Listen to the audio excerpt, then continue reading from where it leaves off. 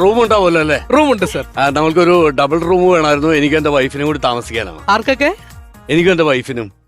Sir ഇവിടുത്തെ bile വെച്ച്. ഏതാ പൈലോ?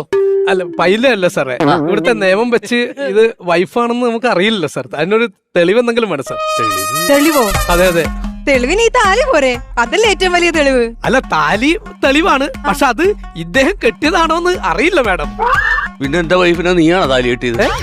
അതെന്ത് വർത്താനോടത്? അല്ല ഞാനല്ല കെട്ടിയത് സാറേ. പിന്നെ എന്റെ അയൽവക്കാരനെ കൊണ്ട് എന്റെ ഭാര്യന്റെ താലി ഞാൻ കെട്ടിക്കോ? അതല്ല സാറ് കെട്ടിയ താലിയാണെന്ന് ഈ സാറ് തന്നെയാ കെട്ടിയത്. അല്ല അതിന് തെളിവില്ലല്ലോ, നമുക്ക് അതാണ് വേണ്ടത് സാറേ. പ്രൂഫ് എന്തെങ്കിലും ഉണ്ടെങ്കിൽ അതായിരുന്നു നല്ലത്. ഇവിടുത്തെ നിയമം അങ്ങനെയാണ് സാർ, അതുകൊണ്ടാണ്. എക്സ്ക്യൂസ്. ആ മാരേജ് സർട്ടിഫിക്കറ്റിന്റെ ഒരു ഫോട്ടോ നിന്റെ ഫോണിലല്ലേ, അതെടുത്ത് കാണിച്ചു കൊടുക്കും. ഫോട്ടോ ഇതിൽ ഇട്ടിട്ടുണ്ടായിരുന്നു, പക്ഷെ ഞാൻ ഡിലീറ്റ് ചെയ്ത് കളഞ്ഞു.